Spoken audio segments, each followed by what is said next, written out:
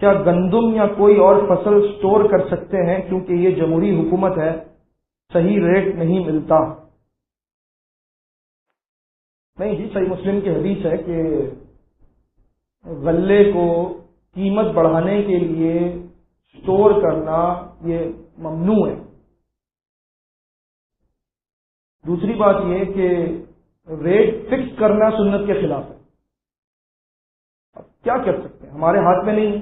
ابو داؤد کی صحیح حدیث ہے کہ صحابہ نے شکایت کی تھی آ کر کہ مہنگائی بہت ہو گئی ہے، آپ بھاؤ مقرر کر دیجئے تاکہ سب ایک ہی ریٹ پر بیچنے کے پابند ہوں۔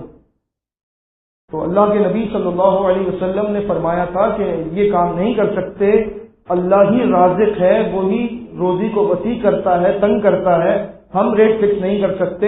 اگر کسی شخص کو کسی چیز کے بیچنے پر زیادہ نفع ملتا ہے تو وہ لے لے، ریٹ فکس کر کے تاجر کو مجبور کرنا یہ سنت کے خلاف ہے۔